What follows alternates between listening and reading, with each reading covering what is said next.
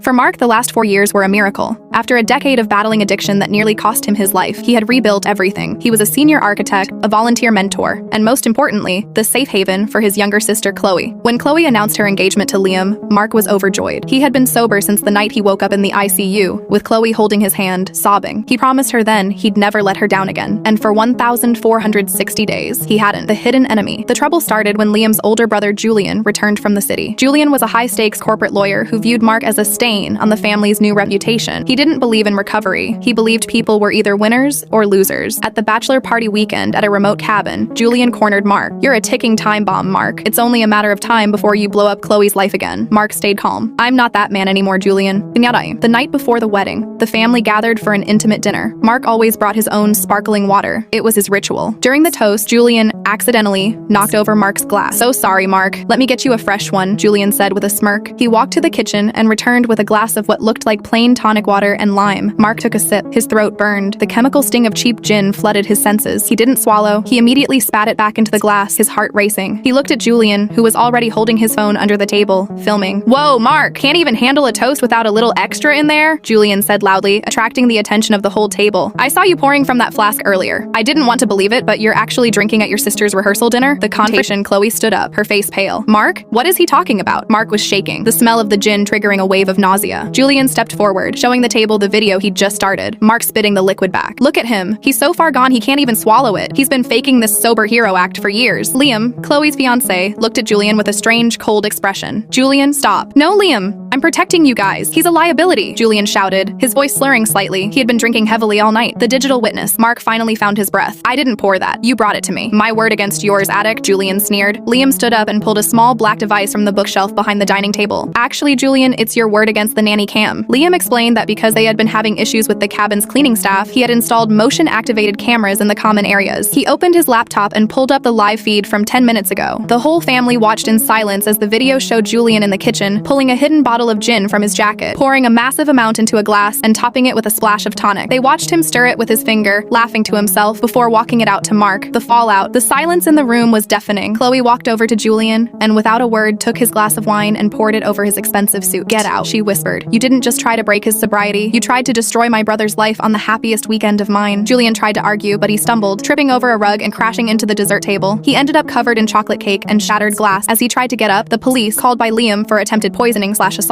arrived. As they led a weeping, intoxicated Julian away in handcuffs, one of the officers checked Julian's pockets and found 3 more miniature liquor bottles. Julian blew a .22 BAC, nearly 3 times the legal limit. Mark sat down, his hands finally still. Chloe hugged him tight. "I knew," she whispered. "I never doubted you for a second."